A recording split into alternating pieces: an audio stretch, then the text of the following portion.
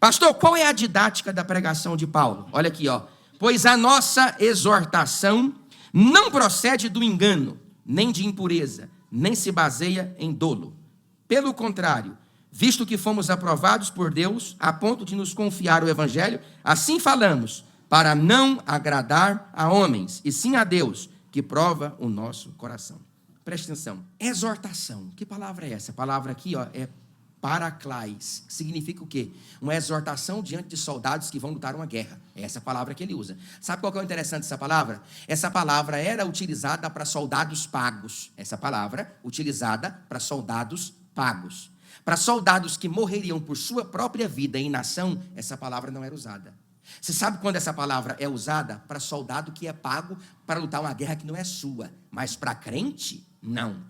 Para crente, essa palavra não é usada. Para crente que sabe que luta por uma causa que é eterna, para crente que luta por uma causa que transcende a sua vida, o que é a tua vida? O que é a minha vida? É nada, é poeira. A vida que deve ser vida é a vida que viveremos quando este corpo tombar nesta terra e ressurgirmos diante daquele que vive e reina para todo sempre.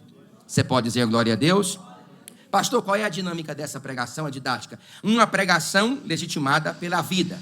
Olha o que Paulo fala. Ó. Nossa exortação não procede do engano, impurezas e dolo. Paulo está dizendo assim, vocês me viram viver, agora vocês estão me escutando falar. Porque esse registro escriturístico, preste atenção, o registro escriturístico que Paulo apresenta na carta aos Tessalonicenses tem uma distância de meses entre a vida que Paulo viveu na cidade.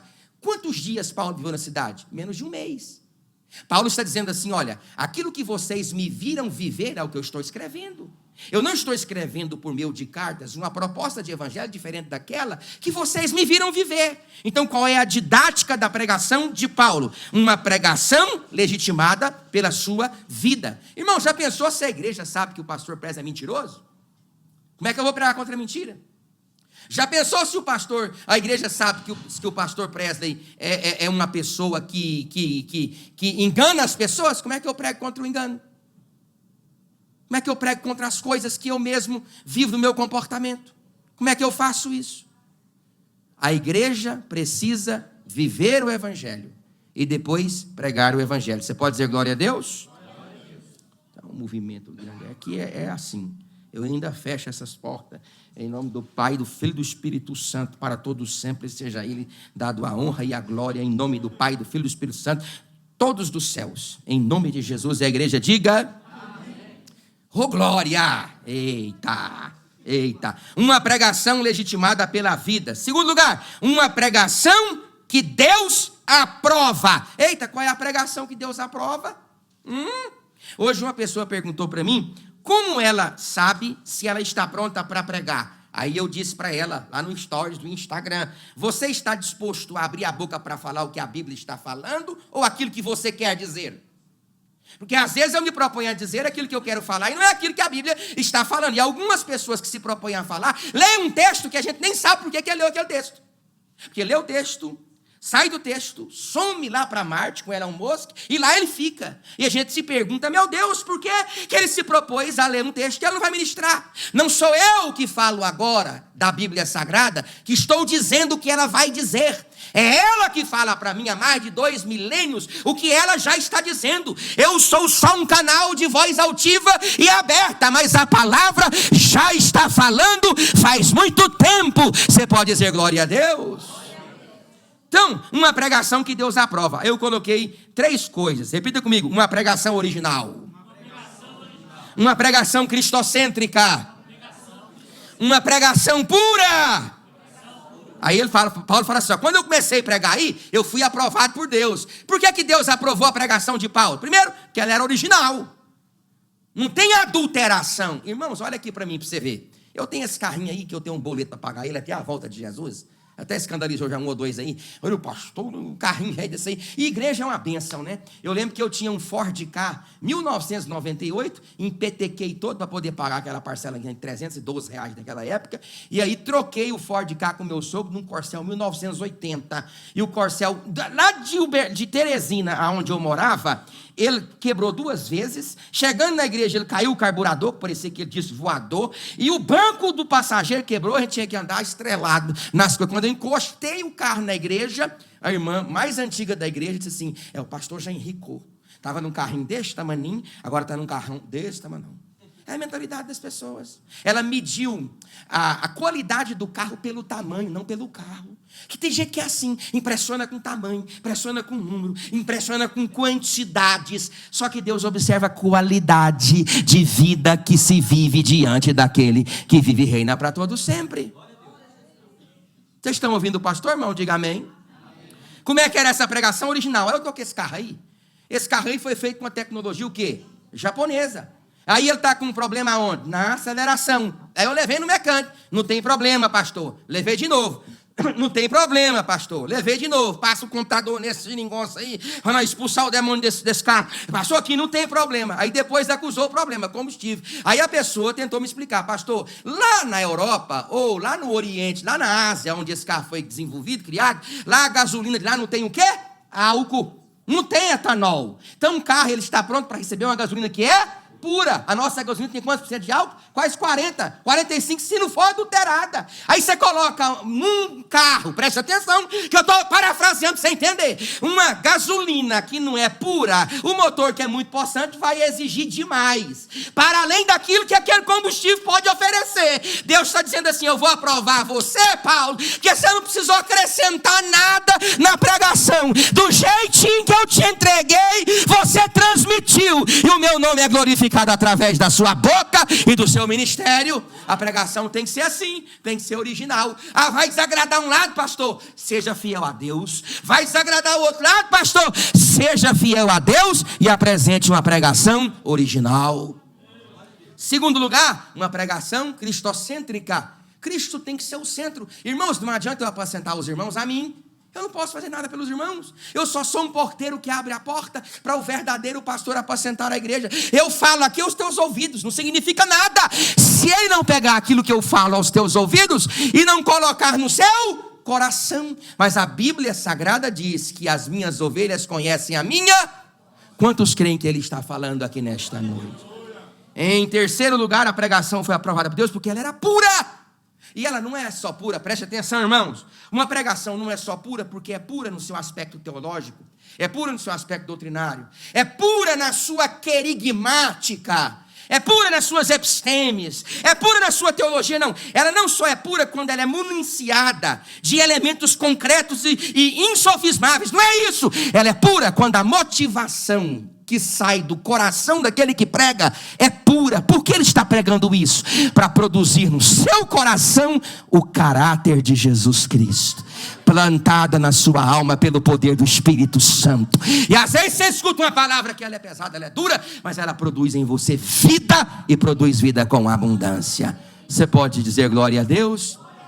Irmão, não tem nada melhor do que escutar o relatório de uma esposa que fala: meu marido tem mudado.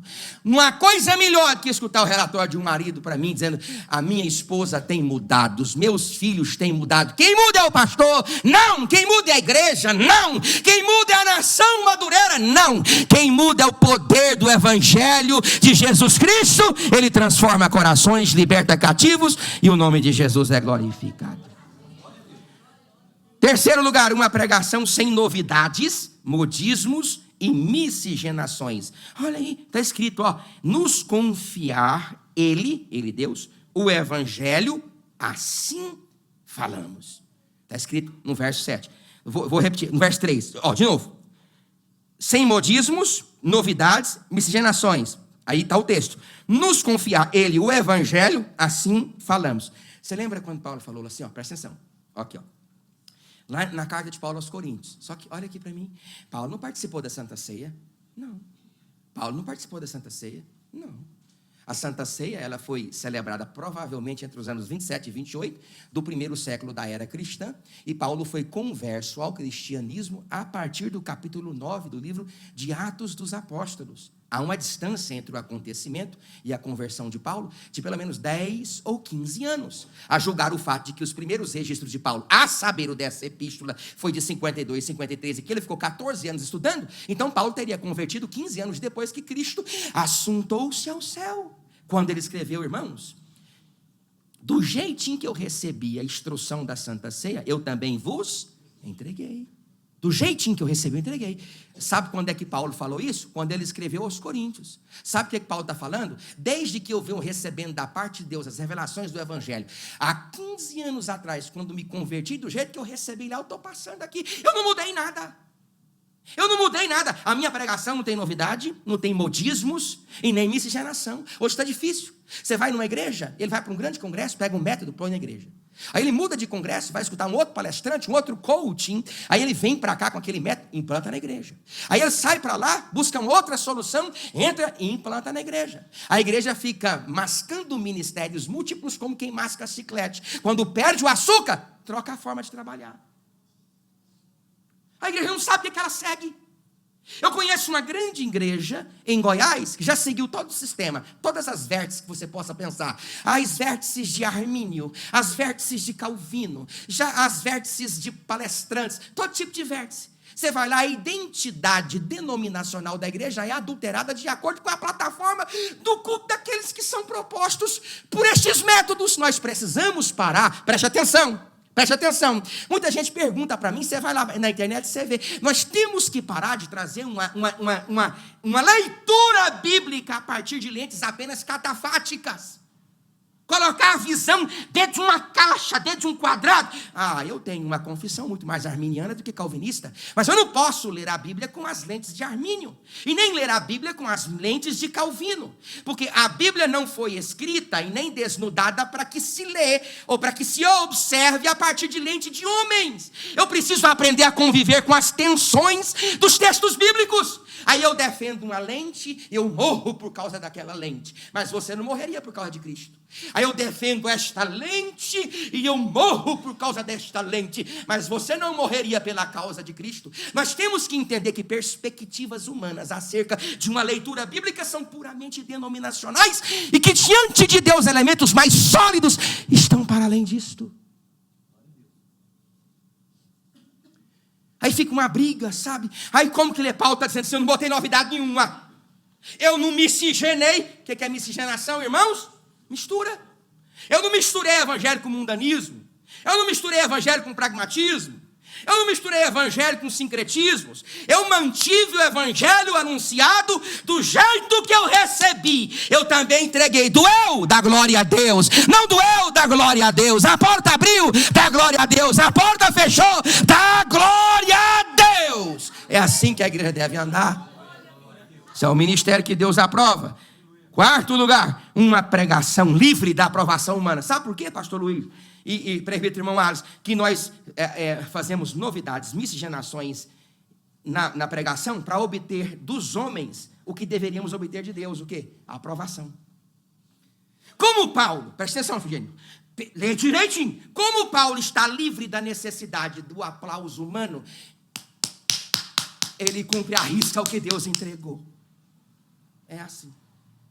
Então, o terceiro pressuposto alimenta o quarto. Se ele não é alimentado pelo terceiro, o quarto já nem existe. Porque se ele busca agradar o homem, a miscigenação. Agradar o homem, novidade. O homem gosta de novidade. Agradar o homem, eiva o evangelho de pragmatismo. Irmão, eu já cansei de receber proposta para poder adaptar a igreja às leituras contemporâneas, para poder atrair pessoas por resultados. Eu passei esses dias aí, não vou falar nenhum lado porque está gravando, e vi uma igreja lotada. Aquele cartaz que eles põem ali, você não vê nem o cartaz, você só vê o povo. Um pão de cá ou de lá, um mais gordinho igual eu fico lá, apareço mais. Aquele tanto de gente, aquele tanto de astro. Irmão, todo lugar onde tem muitas estrelas, o sol da justiça deixou de brilhar. Agora olha para cá, veja que você consegue de alguns lugares do Antigo Oriente Próximo contemplar 8.500 estrelas na nossa galáxia, apesar das 100 bilhões de estrelas que existem na Via Láctea. Durante a noite você a olho nu pode contemplar 8.500, mas ela pode ser grande do jeito que for. Quando o sol da justiça nasce, toda estrela, por maior que seja, desaparece. Igreja, onde ele brilha, nenhuma estrela é capaz de refletir a sua própria luz. Aí o dia eu passei lá, tinha ninguém, só o porteiro e o pastor gritando no púlpito, igual eu aqui hoje.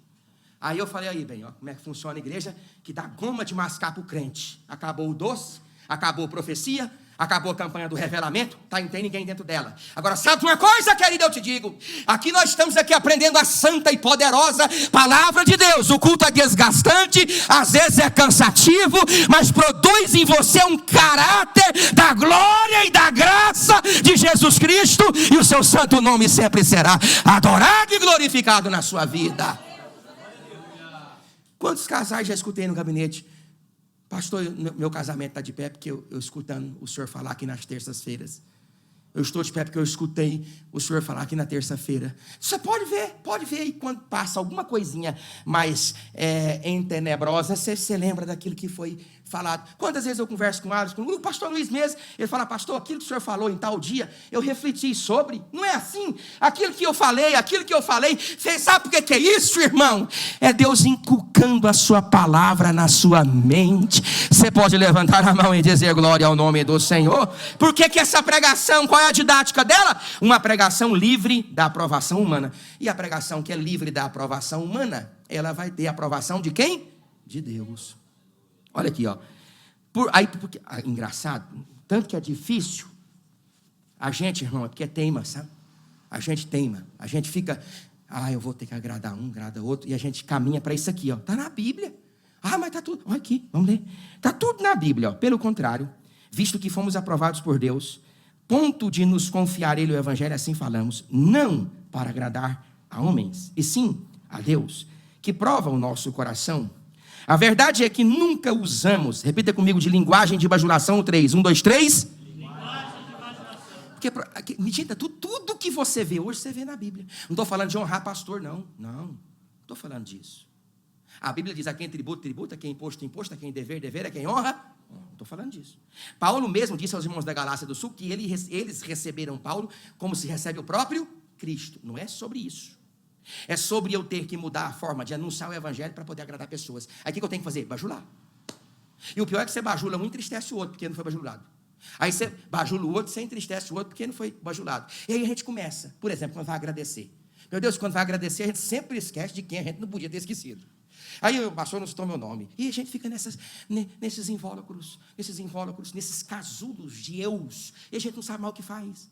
Muito melhor do que tentar trabalhar no horizonte, é trabalhar vertical. É você falar assim, Deus, eu vou cuidar da minha piedade, e o Senhor vai cuidar da minha reputação diante deste rebanho. Agradar a Deus. Então Paulo falou assim, eu não usei de bajulação, e a palavra bajulador aqui, ó, é aquele que fala uma coisa e sente outra. Porque essa palavra no grego é carregada de hipocrisia. Eu te amo, pastor. Ele me odeia. É pecado. É pecado. Pastor, eu morro pelo Senhor. Ele não morre nem pela esposa. É pecado. Você propor com a boca uma palavra que destoa do seu coração. Estou no grego, hein? Não sou eu. Ele tem a voz macia como uma manteiga e o coração duro como um ferro. É a palavra usada aqui. Paulo está dizendo assim, eu não fui desse jeito, um bajulador. Como sabeis, nem de intuitos gananciosos. Deus disto é testemunha. Sabe o que Paulo está dizendo?